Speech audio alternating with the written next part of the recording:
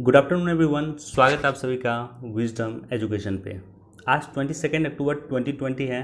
दैनिक जागरण के राष्ट्रीय संस्करण का कंप्लीट न्यूज एनालिसिस करेंगे जो यूपीएससी, स्टेट पीसीएस या किसी भी वनडे एग्जाम के प्रीलिम्स, मेंस और इंटरव्यू तीनों ही पर्सपेक्टिव से इंपॉर्टेंट होगा। तो जिन लोगों ने हमारा टेलीग्राम चैनल ज्वाइन नहीं किया वो जाकर के ज्वाइन कर लेना। लिंक आपको डिस्क्रिप्शन में मिल जाएगा या जो पहला कमेंट होगा वहाँ पे लिंक मिल जाएगा। वहाँ पे मैं इस तरह से न्यूज़ को हाईलाइट करके आपके लिए डाल देता हूँ। पहले जो हाईलाइट पोर्शन में डालता हूँ एटलीस्ट उस न्यूज़ को आप पढ़ लें, उसके बाद हमारा ये डिस्कशन सुने। डिस्कशन सुनेंगे तो आपको अधिक बेनिफिट होगा। बेनिफिट तब होगा जब पहले आप उस न्यूज़ को पढ़ लोगे, राइट। साथ ही साथ वीडियो को अधिक से अधिक लोगों तक शेयर कर दें। जल्द ही मैं 66 बीपीएससी के लिए स्पेशल कुछ क्लास लेकर आने वाला हूं, तो इसे अधिक से अधिक लोगों तक शेयर कर दें जो बीपीएससी की तैयारी कर रहे हैं, जो यूपीएससी की तैयारी कर रहे हैं, वनडे एग्जाम की तैयारी कर रहे हैं, उनके साथ निश्चित तौर पे इसे शेयर कर दें। देखो, मैं अनअकैडमी का ऑथराइज टीचर हूँ। मैं 2020 में जो है अनअकैडमी मैंने ज्वाइन किया था। बावजूद इसके मैं अनअकैडमी पे क्लास नहीं ले रहा हूँ, यहाँ पे मैं क्लास ले रहा हूँ आपके लिए। तो मैं चाहूँगा कि आप लोग भी एटलीस्ट इस बात को समझें कि मैं अनअकैडमी पे समय न देकर यहाँ पे अपने यूट्यूब चैनल पे समय दे रहा हूँ। तो आप लोग भी इसे शेयर कर दें, वीडियो को लाइक कर दें और आप लोग अपनी प्रतिक्रिया ज़रूर दें। आपकी प्रतिक्रिया का मुझे वेट होता है, राइट। आपके रिएक्शन का, आपकी प्रतिक्रिया का वेट होता है। आप कमेंट सेक्शन में दे सकते हैं। चलिए शुरुआत करते हैं। नई चुनौतियों के लिए तैयार होगी पुलिस, शाह। देखो, भारत के गृह मंत्री ये जो है पुलिस स्मृति दिवस पे, राष्ट्रीय पुलिस स्मारक पे शहीद पुलिसकर्मियों को श्रद्धांजलि अर्पित करने के बाद गृह मंत्री ने जो है पुलिस रिफॉर्म्स के संदर्भ में कुछ बातें की, कुछ चर्चा किया।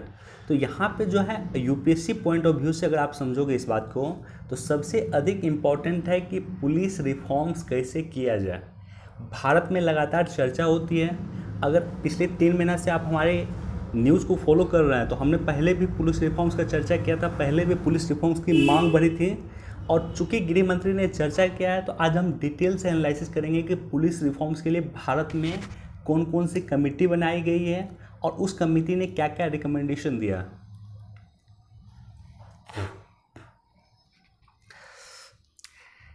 देखो, एक एनजीओ था, इस एनजीओ का नाम था common clause and centre for the studies development society ने एक रिपोर्ट प्रकाशित किया था सितंबर 2019 में। इस रिपोर्ट का नाम था SPIR। ये रिपोर्ट मैं अपने टेलीग्राम चैनल पे इसको अपलोड कर दूंगा, समय मिलेगा तो ज़रूर पढ़ना। इस रिपोर्ट का पूरा नाम था status of policing in India report. इसमें पुलिस रिफॉर्म्स के बारे में बात कही गई थी, पुलिस के वर्तमान कंडीशन की चर्चा की गई थी इस रिपोर्ट में। अब देखो, पुलिस सुधार की आवश्यकता क्यों है। सबसे पहला क्वेश्चन है कि हमें पुलिस सुधार की आवश्यकता क्यों है। तो पहला पॉइंट है कि देश के अधिकांशतः राज्यों में पुलिस की छवि तानाशाहीपूर्ण है, जनता के साथ मित्रवत न होना, फ्रेंडली न होना है और अपने अधिकारों का दुरुपयोग करना। पुलिस की एक छवि इस तरह से अधिक सारे लोगों के मन में बना हुआ है और वास्तविकता यह है कि इस तरह की छवि है भी पुलिस का।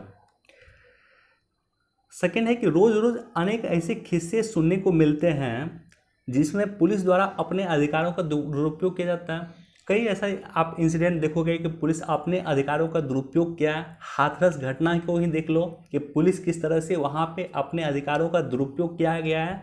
रातों रात जो है लाश को जला दिया गया, राइट। जिन पुलिस को आम आदमी का दोस्त होना चाहिए वही आम आदमी का नाम सुनते ही सिर उठता है, यथासंभव पुलिस के चक्कर में ना पड़ने का प्रयास करता है। आज भी लोगों के मन में संशय होता है, कोई घटना देखता है गलत तो वो पुलिस में रिपोर्ट ना ही करना चाहता है क्योंकि पुलिस का चक्कर खराब चक्कर होता है। तो लोगों के दिमाग में इस तरह का भय बैठा हुआ है। उसके बाद पुलिस एक्ट आया था 1861 में, 1861 में आया था। 1861 लॉर्ड कैनिन का समय, 1857 की क्रांति के बाद लॉर्ड कैनिन के समय ही था ये एक्ट पारित हुआ था। और ये जो एक्ट बना था, ये एक्ट अंग्रेज़ों ने अपने अनुकूल बनाया था कि किस तरह से वे भारत में शासन करना चाहते हैं। आज भी इसी एक्ट के द्वारा भारत पे पुलिस राज कर रही है, पुलिस कायम है। तो सोचो कि जो 1861 में एक्ट बना था वो आज भी एक्ट चल रहा है, तो हमें निश्चित तौर पे इसे बदलने की आवश्यकता है, इसलिए पुलिस रिफॉर्म्स की मांग होती है। उसके बाद इसी न्यूज़ का एक डाटा है कि पुलिस अनुसंधान विकास ब्यूरो के अनुसार 2018 में कुल स्वीकृत पद प्रति 1 लाख जनसंख्या में 198 है। 198 प्रति 1 लाख जनसंख्या में स्वीकृत पद है, जो दुनिया में आधी है। लगभग 400 पद मिनिमम होना चाहिए 1 लाख पुलिस में, जो दुनिया में आधी है। और कुल स्वीकृत पद में भी 20% पद खाली है। 25.95 लाख स्वीकृत पद हैं, जिसमें 5.28 लाख पद जो है पुलिस का खाली है। अब देखो क्या क्या समस्याएं हैं, पुलिस विभाग की क्या क्या समस्याएं हैं। एक और डाटा है, इस डाटा को भी आप कोट कर सकते हैं, लिख सकते हैं, कॉपी पे लिख लेना आप। औसतन 732 व्यक्तियों पे एक पुलिसकर्मी की व्यवस्था है, जबकि संयुक्त राष्ट्र के अनुसार 450 व्यक्तियों पे एक पुलिस की सिफारिश की गई है। यूनाइटेड नेशन कहता है कि 450 व्यक्ति पे एक पुलिस होना चाहिए, जबकि भारत में व्यवस्था कितनी है, 732 व्यक्ति पे एक पुलिस की व्यवस्था है। अब देखो पुलिस बल के काम करने की परिस्थितियाँ, पुलिसकर्मियों की मानसिक स्थिति, पुलिस पे काम कर रहे हैं अतिरिक्त दबाव, पुलिस पर पड़ने वाला राजनीतिक दबाव। निश्चित तौर पे हाथरस की जो घटना है, उस घटना ने एक बात सोचने को मजबूर कर दिया है कि एक लड़की की लाश को रात के 2:30 बजे जलाने की क्या आवश्यकता पड़ी पुलिस को। तो उसमें राजनीतिक दबाव भी काम कर रहा है, अतिरिक्त दबाव भी काम कर रहा है। पुलिस को छुट्टी नहीं होता, दुर्गा पूजा के समय में, दीपावली के समय में उसको छुट्टी नहीं होता। मानसिक स्थिति से किस तरह से पुलिस गुजरता है, और काम करने की परिस्थिति, हर एक परिस्थिति में उसको काम करना पड़ता है। तो ये सारी की सारी वर्तमान में समस्याएं हैं जो पुलिस विभाग के साथ इंटेक्टेड हैं, पुलिस विभाग के साथ दिखती है ये समस्याएं। अब देखो इसके लिए विभिन्न समिति और आयोग ने क्या क्या रिकमेंडेशन किया, उस पर चर्चा करते हैं। सबसे पहला जो समिति बना था लगभग, वो बना था 1977 में धर्मवीर समिति। 1977 में धर्मवीर समिति एक समिति बना था, और आयोग को राष्ट्रीय पुलिस आयोग कहा जाता है। इस आयोग को, धर्मवीर आयोग को राष्ट्रीय पुलिस आयोग कहा जाता है, जो 1977 में बना था।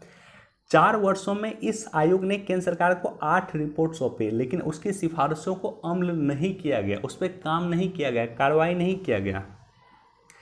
तो धर्मवीर आयोग का कुछ जो सिफारिश है जिसकी चर्चा मैं आपके साथ करना चाहूँगा, एक तो है कि हर राज्य में एक प्रदेश सुरक्षा आयोग का गठन किया जाए, जांच कार्य और शांति कार्य दोनों को अलग किया जाए, लॉ एंड ऑर्डर मेंटेन करना, ठीक है, और उसके बाद जांच करना। कोई मान लो घटना होता है, उस घटना के लिए जांच होगा, वो अलग पुलिस करे, और साथ ही साथ जो लॉ एंड ऑर्डर मेंटेन करता है वो अलग करे, दोनों को अलग किया जाना चाहिए।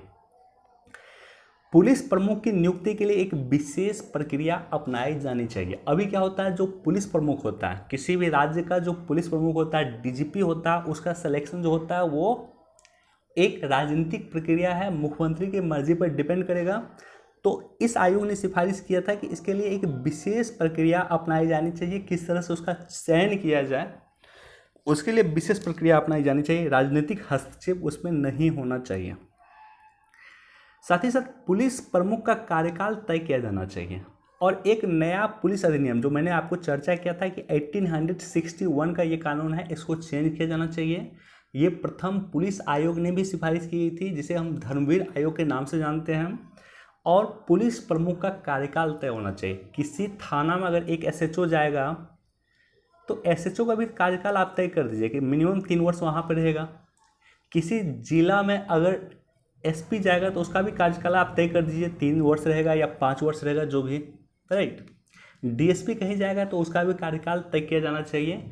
होता क्या है इंडिया में कि ये पुलिस का जो कार्यकाल होता है वो राजनीतिक इच्छा शक्ति पर डिपेंड करता है, पॉलिटिक्स पे डिपेंड करता है, या पॉलिटिकल पार्टी पे डिपेंड करता है, जो लोग सत्ता में होते हैं उस पर डिपेंड करता है।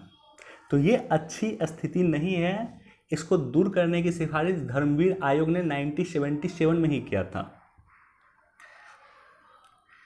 अब देखो इसी प्रकार 1997 में इंद्रजीत गुप्ता समिति बनी थी।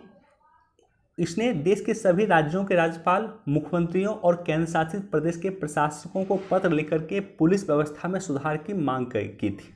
राइट। अब आते हैं 2000 में। 2000 में पद्मनाभैया समिति जो है ये गठित किया गया था पुलिस रिफॉर्म्स के लिए। इसने केंद्र सरकार को आवश्यक सुझाव दिया था।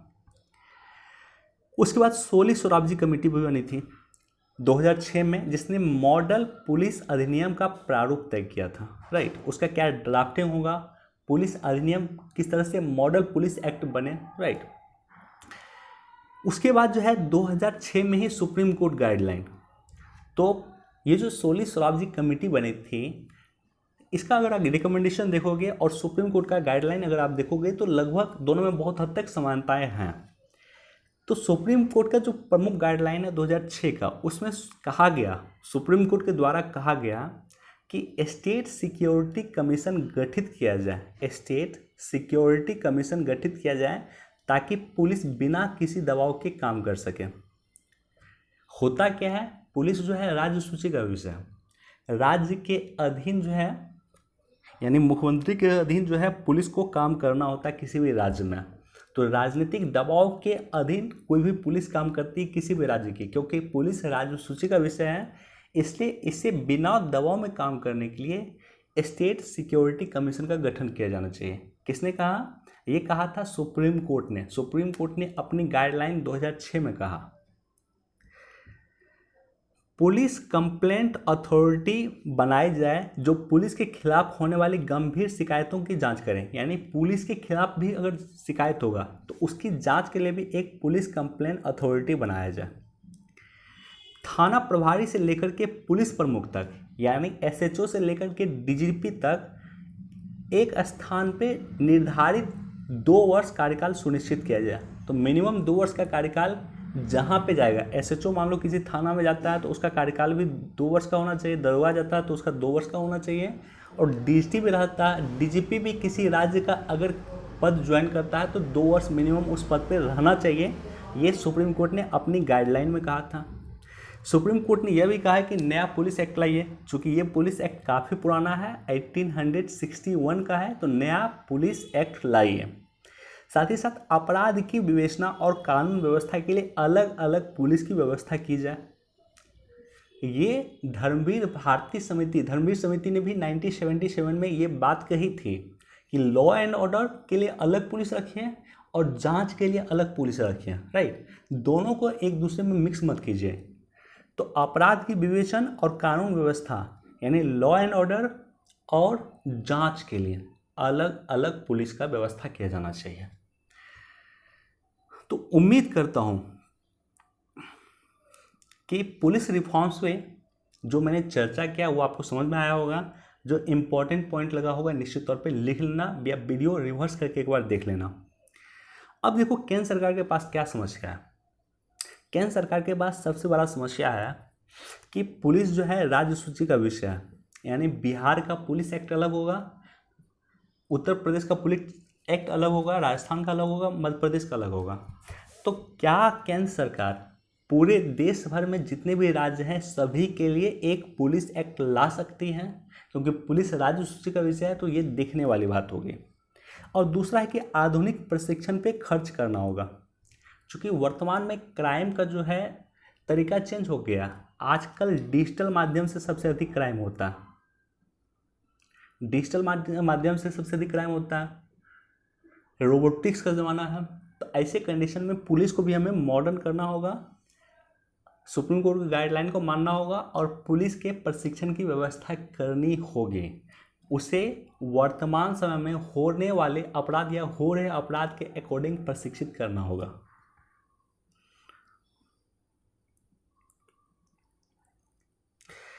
देखो ये दूसरा न्यूज़ जो है, ये न्यूज़ भी मैं लगातार डिस्कस कर रहा हूँ। पाकिस्तान जो है FATF की ग्रे लिस्ट में है। मीटिंग जो है 21 से 23 अक्टूबर के बीच में पेरिस में हो रही है। आज भी मीटिंग थी, कल भी मीटिंग थी और कल भी मीटिंग होगी।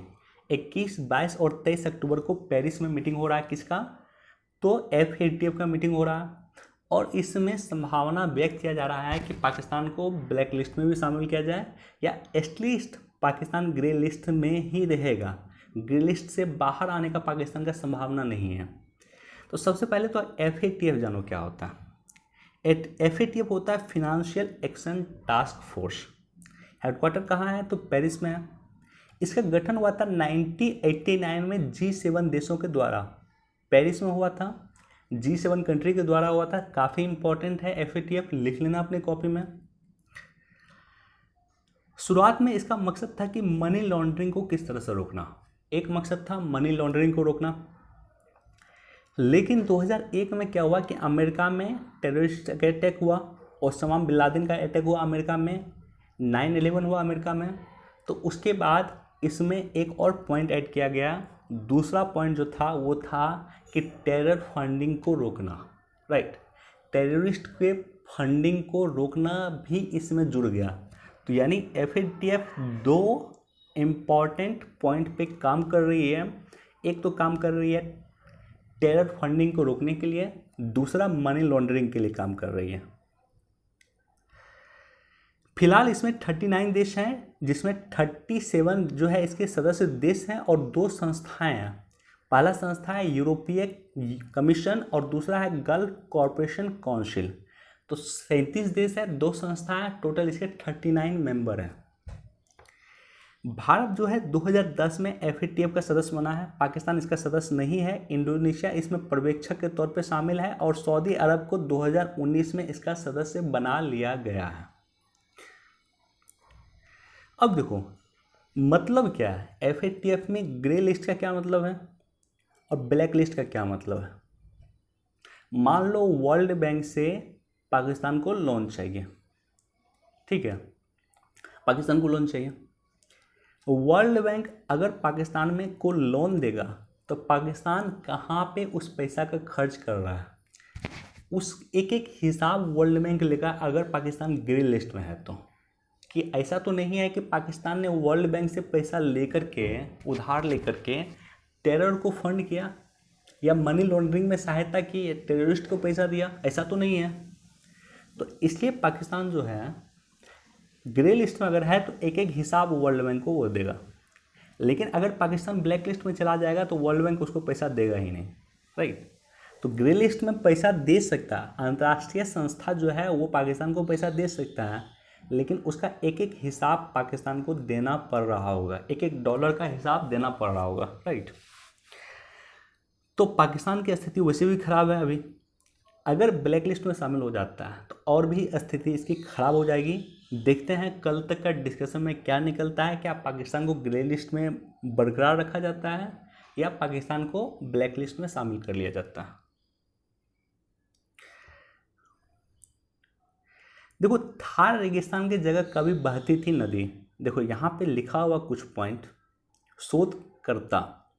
शोधकर्ताओं के अनुसार पाषाण युग के दौरान थार इलाके में रहन सहन आज की तुलना में एकदम भिन्न था। ये निष्कर्ष थार मरुस्थल के घग्गर हाकरा नदी के सूखने की सबूत है।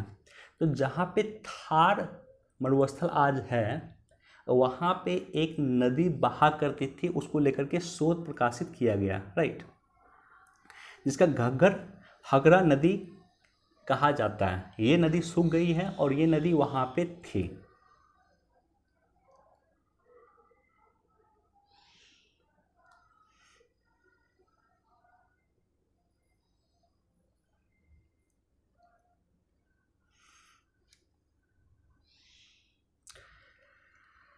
देखो एक तो उड़ान योजना के बारे में आपको जानकारी होना चाहिए। उड़े देश का आम नागरिक ये उड़ान योजना का 4 वर्ष कंप्लीट हो गया, उसी को लेकर के एक न्यूज़ दिया हुआ है। बस आप ये जानकारी रखना कि उड़ान का फुल फॉर्म क्या है। उड़ान का फुल फॉर्म है उड़े देश का आम नागरिक। इसके तहत जो है 100 एयरपोर्ट को विकसित करने का प्लान किया जा रहा है। छोटे छोटे जो शहर है उसको एयरपोर्ट से कनेक्ट किया जा रहा है ताकि देश का एक आम नागरिक भी एयरपोर्ट के माध्यम से एक जगह से दूसरी जगह जा सके, वो भी फ्लाइट का यूज कर पाए, राइट। दूसरा न्यूज़ जो है वो है कि भारत और अमेरिका के बीच 2+2 वार्ता मंगलवार को। 6 और 7 अक्टूबर को भारत और अमेरिका के बीच में 2+2 वार्ता होने वाला है। क्या होता है 2+2 वार्ता?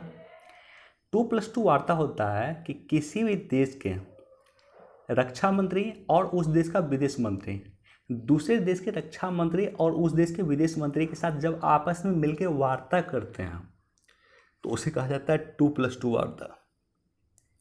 अमेरिका के रक्षा मंत्री और अमेरिका के विदेश मंत्री भारत आने वाले हैं और भारत में ही ये वार्ता संपन्न होगी। अमेरिका के साथ 2+2 वार्ता की शुरुआत हुई थी 2018 में, जब हमने अमेरिका के साथ कॉमकासा साइन किया था और ये वार्ता हुई थी नई दिल्ली में। 19 में हुआ वाशिंगटन में और 20 में फिर भारत में हो रहा है। 26-27 का दिन काफ़ी इंपॉर्टेंट है भारत के लिए। जो भी डिसीजन निकलेगा हम उस पर डिटेल से एनालिसिस करेंगे।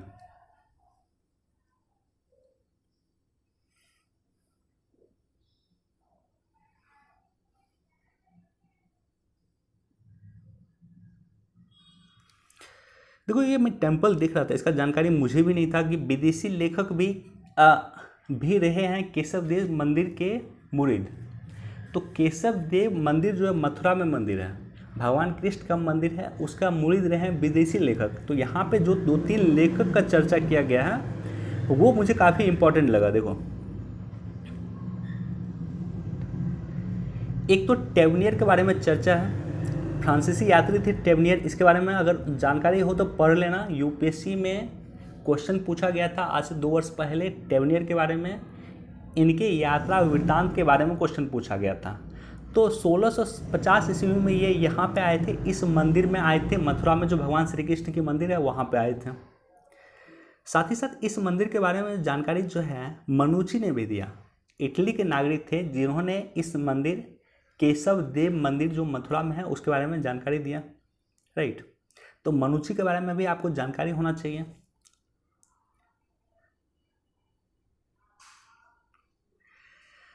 साथ ही साथ मोहम्मद गजनी के साथ आए मथुरा, उसके सचिव अल उतबी ने तारीख यामिनी में मंदिर के बारे में लिखा। तो ये जो तीनों नागरिक हैं, ये तीनों नागरिक काफ़ी इंपॉर्टेंट है यूपीएससी पॉइंट ऑफ व्यू से।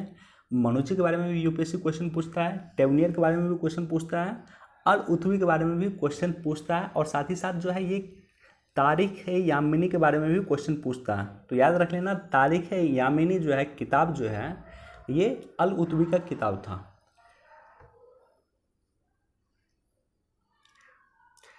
देखो इस तरह से जब किसी मंदिर की चर्चा हो और उसके साथ किसी लेखक का चर्चा हो या जिक्र हो तो वो दोनों इंपॉर्टेंट हो जाता है। मंदिर का लोकेशन इंपॉर्टेंट हो जाता है, मंदिर की शैली इंपॉर्टेंट हो जाती है, कौन सी शैली में मंदिर का निर्माण हुआ था, और साथ ही साथ उनसे जुड़े हुए कौन कौन से यात्री रहे हैं, कौन कौन से यात्री उस मंदिर को घूमे हैं, और साथ ही साथ उन्होंने क्या क्या डिस्क्राइब किया उस मंदिर के बारे में, ये इंपॉर्टेंट हो जाता है। इसलिए एक बार इसको पढ़ लेना, तीनों ही यात्री के बारे में पढ़ लेना।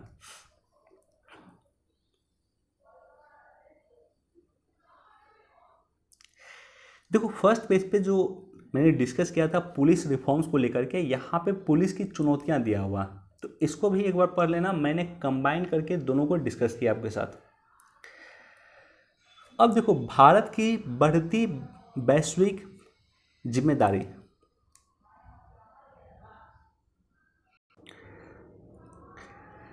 देखो प्राइम मिनिस्टर ने, हमारे देश के प्राइम मिनिस्टर श्री नरेंद्र मोदी जी ने 26 सितंबर 2020 को यूनाइटेड नेशन की महासभा में तकरीर किया। उन्होंने अपना संबोधन दिया और अपने संबोधन में उन्होंने कहा कि भारत को कब तक आप यूनाइटेड नेशन के सिक्योरिटी काउंसिल से बाहर रखेंगे, राइट। यानी भारत का कहना था कि जो 5 देश हैं जिसके पास वीटो है उस देश में भारत को भी शामिल कीजिए या यूनाइटेड नेशन में बेहतर रिफॉर्म्स कीजिए। यूनाइटेड नेशन में रिफॉर्म्स की आवश्यकता है। 1945 में यूनाइटेड नेशन जब बनी थी तो उस समय की कुछ और परिस्थितियां थी, उस समय की कुछ और मांग थी, और आज की मांग कुछ और है। आज यूनाइटेड नेशन क्या 75 वर्ष पहले जो यूनाइटेड नेशन बना था उस समय की आवश्यकता और वर्तमान की आवश्यकता अलग है। तो क्या यूनाइटेड नेशन वर्तमान की आवश्यकताओं को पूर्ति करने के लिए सक्षम है? अगर नहीं है तो इसमें सुधार की आवश्यकता है, सिंपल है। तो उसी को राइटर ने यहाँ पे कुछ पॉइंट में डिस्कस किया। देखो एक पॉइंट मैं आपको यहाँ दिखाना चाहता हूँ, उसके बाद मैं डिस्कशन आगे बढ़ाऊँगा। यहाँ पे लिखा हुआ विश्वविख्यात इतिहास अर्नोल्ड टॉयनबी के उन शब्दों के पीछे गहन चिंतन और दर्शन का अद्भुत सम्मिश्रण है। इनका कहना था, अर्नोल्ड टॉयनबी का कहना था कि मानव इतिहास के इस सबसे अधिक खतरनाक क्षण में मानव जाति के मुक्ति का कोई रास्ता है तो वह भारतीय है। सम्राट अशोक और महात्मा गांधी का अहिंसा का सिद्धांत और रामकृष्ण परमहंस के धार्मिक सहिष्णुता के उपदेश ही मानव जाति को बचा सकते हैं। यहाँ हमारे पास एक ऐसी भावना है जो मानव जाति को एक परिवार के रूप में विकसित होने में सहायक हो सकती है। तो ये फॉरेन राइटर हैं, एक इतिहासकार है, उसका इस तरह का स्टेटमेंट भारत के संदर्भ में है। तो जब भी कभी आप ऐसे लिखोगे तो ये सब पेपर का पढ़ने का सबसे अच्छा फ़ायदा होता है कि इस तरह का कोटेशन आपके पास मिल जाएगा और ये कोटेशन आप कहीं भी कोट कर सकते हैं। भारत की वैदेशिक नीति को लिखना उस समय हम कोट कर सकते हैं। भारत की शक्तिशाली किस तरह से भारत रिप्रेजेंट करता है विश्व मानस पटल पे, उसके बारे में लिख सकते हैं। किस तरह से लोगों का राय भारत के प्रति है उस तरह से लिख सकते हैं। तो उसको कहीं भी नोट कर लेना आपने अपने कॉपी में, बाद में ऐसे लिखने में काम आ सकता है, एथिक्स में भी आपको काम दे सकता है, जीएस पेपर 2 में भी इनफैक्ट काम दे सकता है आपको।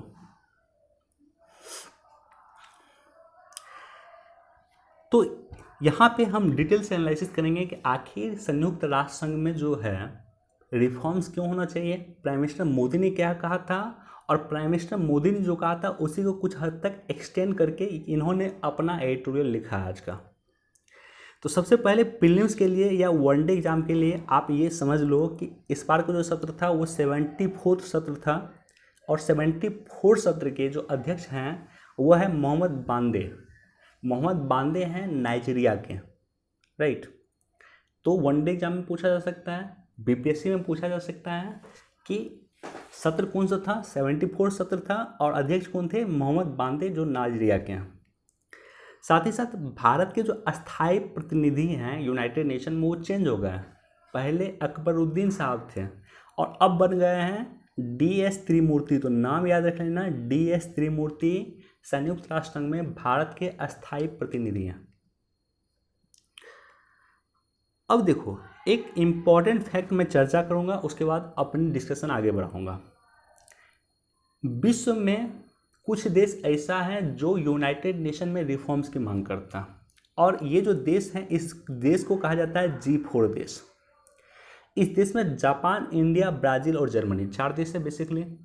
और ये देश जब भी यूनाइटेड नेशन महासभा की मीटिंग होती है ये देश आपस में बैठते हैं, इंडिया, जापान, ब्राज़ील और जर्मनी आपस में बैठते हैं और बैठ के तय करते हैं कि हमें फिर आवाज़ उठाना है यूनाइटेड नेशन में रिफॉर्म्स को लेकर के। और ये लगातार पिछले 10 वर्ष 15 वर्ष से ये लगातार जो है आवाज़ उठा रहे हैं ये देश। अब देखो, कुछ देश ऐसा है जो इसको अपोज करते हैं, जिसका कहना है कि यूनाइटेड नेशन में रिफॉर्म्स होने की ज़रूरत नहीं है, आवश्यकता नहीं है, यूनाइटेड नेशन जैसा है वैसा ही अच्छा है। तो इस देश में कौन है? तो इस देश में है पाकिस्तान है, साउथ कोरिया है, इटली है, अर्जेंटीना है और उसके बाद कुछ और भी देश हैं।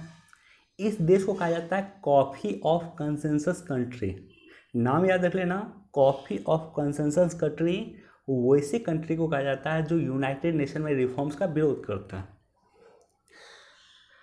अब देखो, पीएम ने जो स्पीच दिया उस स्पीच का ही कुछ पार्ट है और साथ ही साथ इस एडिटोरियल को कंबाइन करके मैं सुना रहा हूँ आपको।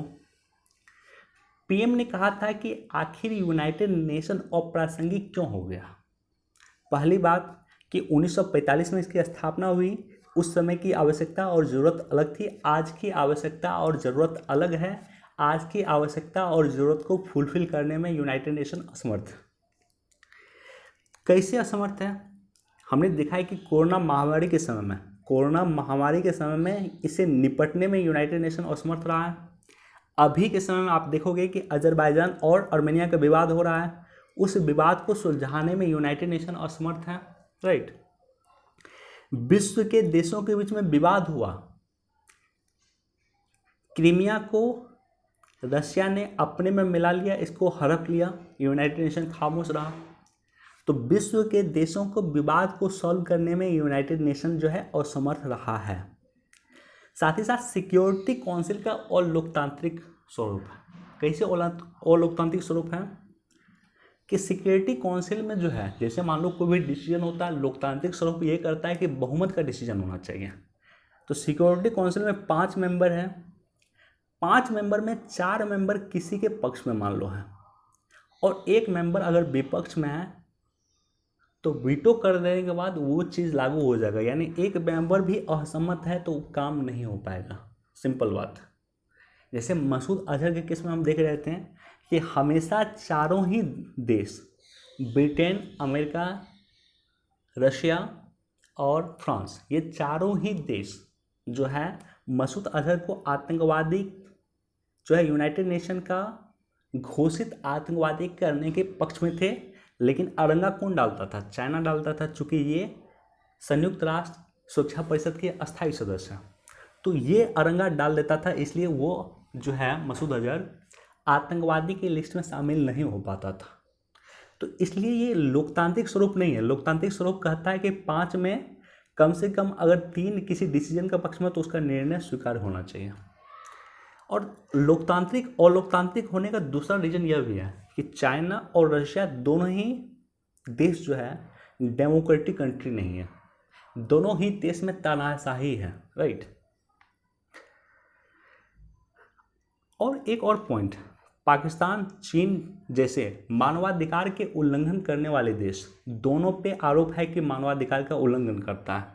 पाकिस्तान पे आरोप है कि वो अपने यहाँ माइनॉरिटी के मानवाधिकार का उल्लंघन करता है और चीन पे आरोप है कि वो उइगर मुस्लिम के मानवाधिकार का उल्लंघन करता है और साथ ही साथ वो सारी आवाज़ जो चीन के सरकार के खिलाफ में उठने का काम करती है उसको दबाने का चीन काम करता है।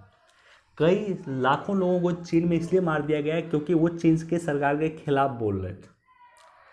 तो मानवाधिकार का जब उल्लंघन करता है वैसे व्यक्ति को, वैसे देश को आप संयुक्त राष्ट्र मानवाधिकार परिषद का सदस्य बना दीजिएगा तो ये कैसे काम करेगा? यानी जिस देश पे मानवाधिकार के उल्लंघन का आरोप है उसी देश को मानवाधिकार की रक्षा करने वाली समिति संयुक्त राष्ट्र मानवाधिकार परिषद का आप सदस्य बना दिए। तो जो अपने यहाँ खुद मानवाधिकार का उल्लंघन करता है वो विश्व के मानवाधिकार का क्या सेवा कर पाएगा? तो इसलिए इसमें रिफॉर्म्स की आवश्यकता। अब देखो, भारत को यूनाइटेड नेशन सिक्योरिटी काउंसिल में क्यों शामिल करना चाहिए? प्राइम मिनिस्टर मोदी का पक्ष था कि कोरोना के समय में 150 से अधिक देशों में मेडिकल हेल्प किया है भारत सरकार ने। 150 से अधिक देश में हमने मेडिकल की सुविधा दी है, मेडिकल हेल्प किया। सबसे अधिक United nation peace keeping force जो है उसमें भारत ने ही योगदान दिया है। क्या होता है United nation peace keeping force? तो पीस को मेंटेन करने के लिए, जैसे सूडान में जो है भारत का सैनिक काम कर रहा है, तो सूडान में जो भारत का सैनिक है वो पीस को मेंटेन करने के लिए काम कर रहा है।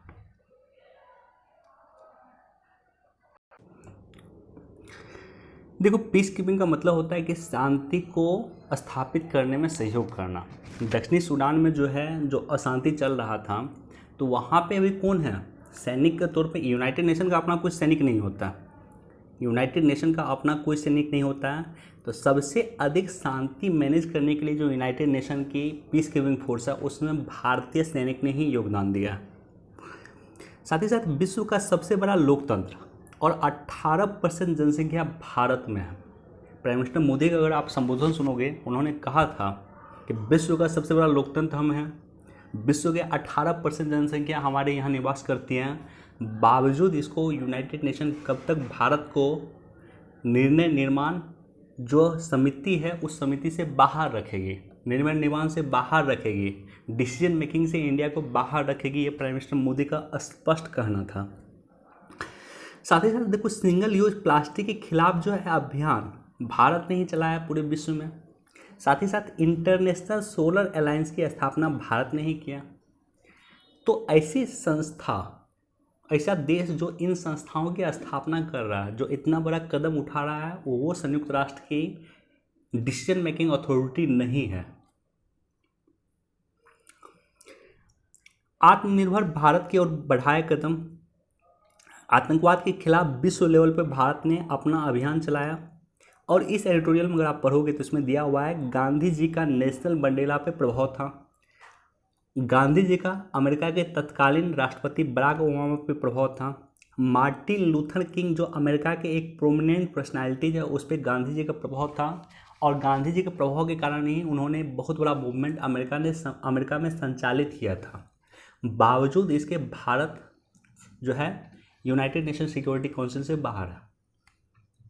साथ ही साथ भारत की सॉफ्ट पावर डिप्लोमेसी, कई देश में लगभग जब गांधी जी की 150वीं जयंती मनाई गई तो विश्व का 150 से अधिक देश में जो है गांधी जी के 150वीं जयंती को सेलिब्रेट किया गया।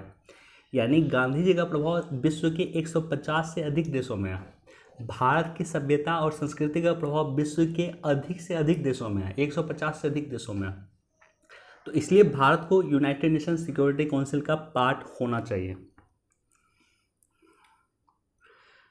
बाकी ये जो लाइन मैंने आपको कहा था जो इस न्यूज़ में दिया हुआ, इसको आप लोग नोट कर लेना। एक इंटरेस्टिंग पॉइंट मैं आपको और दिखाता हूँ। भारत की सौहार्दता और सतत प्रयासों के बाद ही चीन इसका 5वां सदस्य बना। यानी राइटर का कहना है कि चीन जो यूनाइटेड नेशन सिक्योरिटी काउंसिल का परमानेंट सदस्य बना है वो भारत के प्रयास से ही बना है, और वास्तविकता भी यही है। भारत अगर खुद चाहता 1950 के दशक में या 60 के दशक में तो Bharat United nation security council का पार्ट बन सकता, लेकिन भारत ने चीन को तजुर्बा दिया था जिसका भुगतान बाद में हमें करना पड़ा, जिसका भुगतान अभी तक हम लोग कर रहे हैं।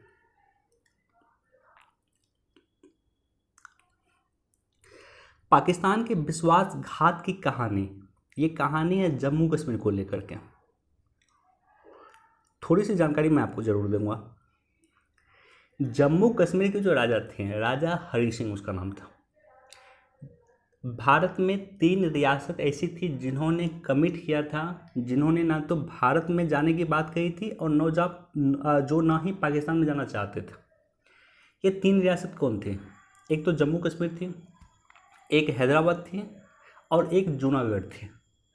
जम्मू कश्मीर की बात करते हैं। जम्मू कश्मीर में मुसलमानों की संख्या अधिक थी, लेकिन राजा कौन था? हिंदू राजा था, नाम था उसका हरि सिंह, राजा हरि सिंह। तो राजा हरि सिंह ने तय किया है कि वो जो है भारत का पार्ट नहीं बनेंगे, और चूंकि पाकिस्तान का जो थ्योरी था 2 नेशन थ्योरी, उस थ्योरी का मेन मकसद था, उस थ्योरी का जो मूल मकसद था कि पाकिस्तान की स्थापना एक मुसलमान कंट्री के तौर पे किया गया, और पाकिस्तान की चाहत थी कि चूंकि जम्मू कश्मीर में मुसलमान अधिक हैं कश्मीर में, इसलिए वो जो है पाकिस्तान में शामिल हो जाए। लेकिन राजा हरि सिंह डिनाई कर गए। राजा हरि सिंह जो है पाकिस्तान में शामिल होना नहीं चाहते थे। इसका कई यह मकसद नहीं है कि वो इंडिया में शामिल होना चाहते थे, ऐसा नहीं है। वो ना तो इंडिया में शामिल होना चाहते थे ना पाकिस्तान में शामिल होना चाहते थे, वो इंडिपेंडेंट रहना चाहते थे। तो ठीक है, उसके बाद क्या हुआ कि पाकिस्तान की सेना ने एक ऑपरेशन जारी किया और ऑपरेशन शुरू किया, जिस ऑपरेशन का नाम था ऑपरेशन गुलमर्ग। पाकिस्तान की सेना के द्वारा संचालित ये ऑपरेशन था ऑपरेशन गुलमर्ग। इसमें पाकिस्तान की सेना और वहाँ के जो कबीलाई लोग हैं उसको मिला करके एक ग्रुप बनाया गया, और इस ग्रुप ने जो है कश्मीर में धावा बोल दिया। और यह हमला शुरू कब हुआ? यह हमला शुरू हुआ 22 अक्टूबर 1947 को। 22 अक्टूबर 1947 को यह हमला शुरू हुआ, और इस ऑपरेशन गुलमर्गा की ऑपरेशन की स्वीकृति स्वयं जिन्ना ने दिया था, राइट। अब देखो 22 अक्टूबर को यह ऑपरेशन शुरू हुआ। 24 अक्टूबर को जो है महाराजा ने क्या हुआ कि मदद मांगा, किससे? भारत सरकार से। महाराजा हरि सिंह ने कहा कि भारत सरकार आप हमें मदद कीजिए, हम पे पाकिस्तान ने हमला कर दिया। भारत ने कहा कि हम अब तभी आपको मदद करेंगे जब आप इंस्ट्रूमेंट ऑफ एक्सेशन पे साइन कर देंगे। उसके बाद महाराजा हरि सिंह ने इंस्ट्रूमेंट ऑफ एक्सेशन पे साइन किया 26 तारीख की रात में, और 27 की सुबह जो है भारत की सेना वहाँ पे पहुँच गई और उन्होंने पाकिस्तान की सेना को खदेड़ दिया। जहाँ तक हो सके उन्हें खदेड़ा, और अभी जो वर्तमान में हमारी सीमा है जिसे हम LOC कहते हैं, वो उस स्थान तक है जिस स्थान तक पाकिस्तान की सीमा को खदेड़ा गया। इसलिए कश्मीर का बहुत सारा पार्ट आज भी पाकिस्तान में है। क्यों? क्योंकि पाकिस्तान के सेना ने उस समय में हमला कर दिया था भारत के सैनिक इस पे कश्मीर पे।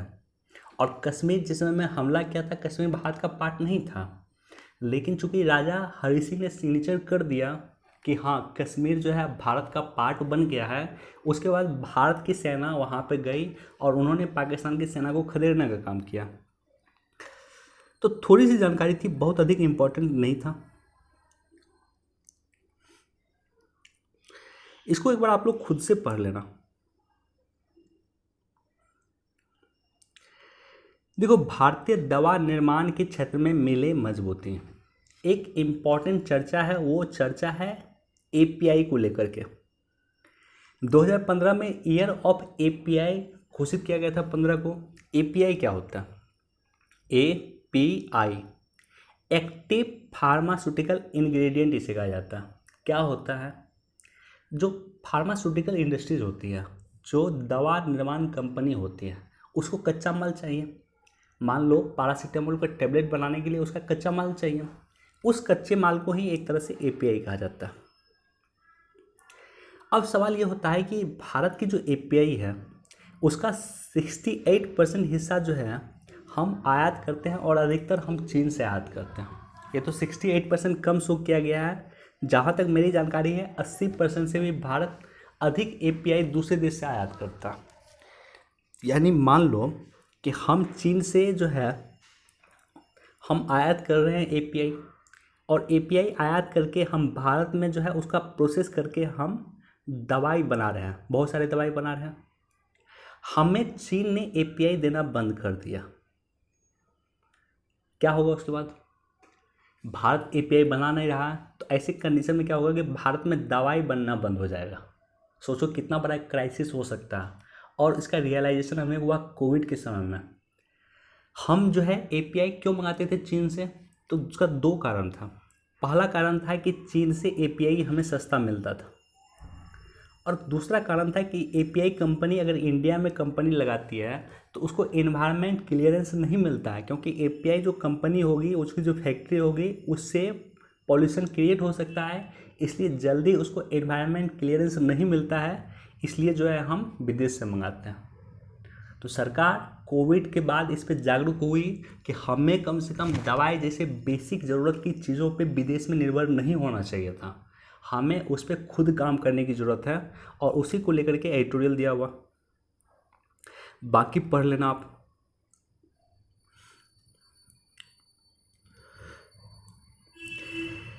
आधा सेक्टर दर्जन सेक्टरों को मिलेगा पीएलआई का लाभ। पीएलआई क्या होता है? Production link incentive.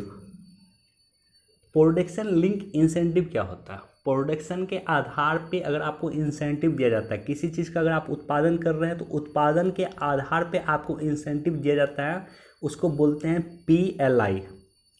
राइट, यहाँ पे देखो दिया हुआ है, पीएलआई सीधे तौर पे उत्पादन से जुड़ा हुआ है, और इन स्कीम का लाभ उत्पादन वस्तुओं की बिक्री पे ही मिलेगा। जितना मान लो किसी कंपनी ने उत्पादन किया और उस उत्पादन के दौरान या उस उत्पादन के बाद जितनी पे बिक्री हो रही है, उसी बिक्री पे जो है पीएलआई का लाभ मिलेगा। तो बेसिक इंफॉर्मेशन है।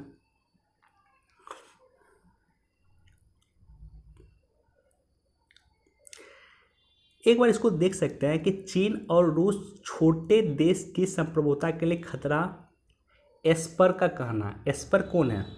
कि अमेरिका के रक्षा मंत्री है, नेक्स्ट वीक में इंडिया आ रहे हैं 26 और 27 अक्टूबर को भारत में 2+2 वार्ता करने के लिए, ये भी इंडिया आ रहे हैं। मैंने आपको बताया रक्षा मंत्री और विदेश मंत्री किसी भी देश का, भारत के रक्षा मंत्री और विदेश मंत्री अमेरिका के रक्षा और मंत्री और विदेश मंत्री मिलकर वार्ता करेंगे, उसी को कहा जाएगा 2+2 वार्ता।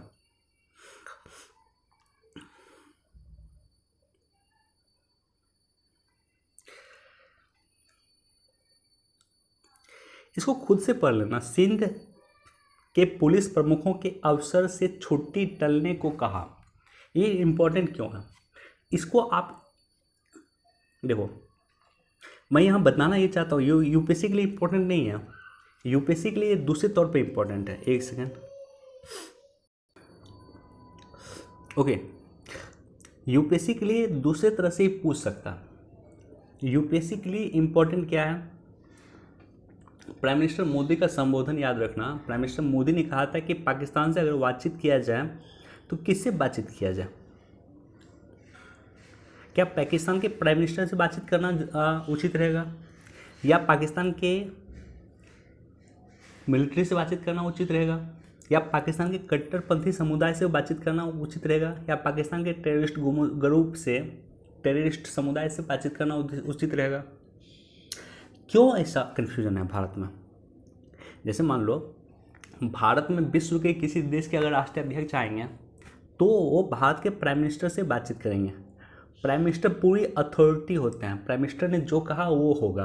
क्या पाकिस्तान में ऐसा है? बिल्कुल नहीं है। पाकिस्तान में पाकिस्तान के प्राइम मिनिस्टर के निर्णय को पलटने का काम वहाँ के सैनिक करते हैं, वहाँ के मिलिट्री करती हैं। हमने देखा है कि पाकिस्तान के जो प्राइम मिनिस्टर है उसको फांसी पे भी चढ़ाया गया था, भुट्टो साहब को फांसी पे चढ़ाया गया था, राइट। तो वो फांसी पे चढ़ाने का काम कौन करता है? पाकिस्तान के मिलिट्री करती है। तो हुआ क्या? अब देखो, इस न्यूज़ से आपको पता चलेगा कि किस तरह से पाकिस्तान की मिलिट्री वहाँ के सामान्य प्रशासन पे डोमिनेंट है।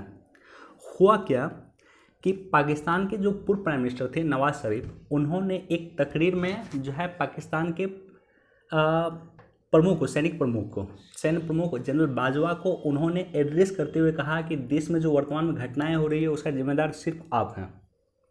ठीक है, उन्होंने एक रैली में कह दिया। लंदन में हालांकि हुआ है, लंदन से एक रैली में उन्होंने ये बात कही। अब क्या हुआ कि पाकिस्तान में जो है, सिंध में जो है, पुलिस के जो हेड होते हैं, जैसे हमारे यहाँ डीजीपी होता है किसी भी स्टेट का हेड, राइट। तो वहाँ के जो पुलिस हेड है, सिंध राज्य के जो पुलिस के हेड हैं, वहाँ के जो डीजीपी हैं, उसको पाकिस्तान की सेना के द्वारा उसको घेर लिया गया, उसका अपहरण कर लिया गया, और अपहरण करके एक जल्दी से ज़बरदस्ती एक आदेश निकलवाया गया।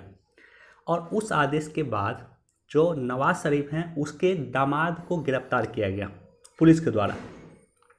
तो जब पुलिस को ये पता चला कि उसके जो प्रमुख हैं, यानी उसके डीजीपी हैं, उसको सेना के द्वारा गिरफ्तार करके ज़बरदस्ती एक आदेश पारित करवा करके जो है नवाज शरीफ के दामाद को गिरफ्तार किया गया, तो जितने भी पुलिस हैं सभी वो छुट्टी पे जाने के लिए आवेदन डालने लगे। और एक तरह से अप्रत्यक्ष तौर पे पुलिस और सेना के बीच में हमें ठनाठनी की स्थिति सिंध में दिखा, और जितने भी पुलिस थे वो छुट्टी पे जाने के लिए आवेदन डालने लगे। तो ये स्थिति आपको दिख सकता है कि किसी भी राज्य के प्रमुख का, पुलिस प्रमुख को सेना के द्वारा ज़बरदस्ती अपहरण करके ज़बरदस्ती उससे साइन करवाया जाता है। तो किस तरह से पुलिस पे डोमिनेंट है वहाँ की सेना, किस तरह से सत्ता पे डोमिनेंट है वहाँ की सेना, इसको इस बात से आप देख सकते हैं।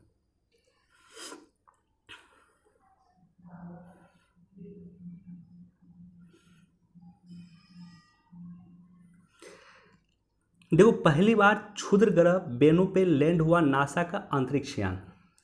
तो नासा का जो मिशन था, ये मिशन का नाम याद रख लेना। नासा का मिशन था ओरिसिस रेक्स। ओरिसिस रेक्स जो है 8 सितंबर 2016 को लॉन्च हुआ था नासा के द्वारा, जिसका काम था कि जो क्षुद्र ग्रह है बेनू, जिसका नाम है बेनू क्षुद्र ग्रह, इस पे जाना, और जाने के बाद जो है यहाँ के सैंपल को धरती पे भेजने का काम करना। तो बेनू क्षुद्र ग्रह पे जाने के बाद इसके सैंपल को धरती पे भेजने का काम करना। इसके लिए जो मिशन था, उस मिशन का नाम है ओरिसिस रेस्क। अब देखो, क्षुद्र ग्रह क्या होते हैं? मंगल और बृहस्पति के बीच में जो है, ये जैसे ये मंगल मान लो ग्रह है और ये बृहस्पति ग्रह है, इसके बीच में जो है छोटे छोटे आकार जो है सूर्य के चारों ओर घूमते रहते हैं। एस्ट्रॉइड या क्षुद्र ग्रह इसे ही कहा जाता है। और एक पर्टिकुलर क्षुद्र ग्रह बेनू पे नासा का मिशन लॉन्च हुआ था, नासा का अंतरिक्ष यान लॉन्च हुआ था और वहाँ पे पहुँच चुका ऑलरेडी। चलिए, आज हमारे पास इतना ही न्यूज़ था। वीडियो देखने के लिए बहुत बहुत धन्यवाद। कल हम लोग डिस्कस करेंगे कि दैनिक जागरण के राष्ट्रीय संस्करण को किस तरह से पढ़ा जाए, ये टॉपिक हमारा रहेगा, और वहाँ पे कल हम डिटेल से एनालिसिस करेंगे।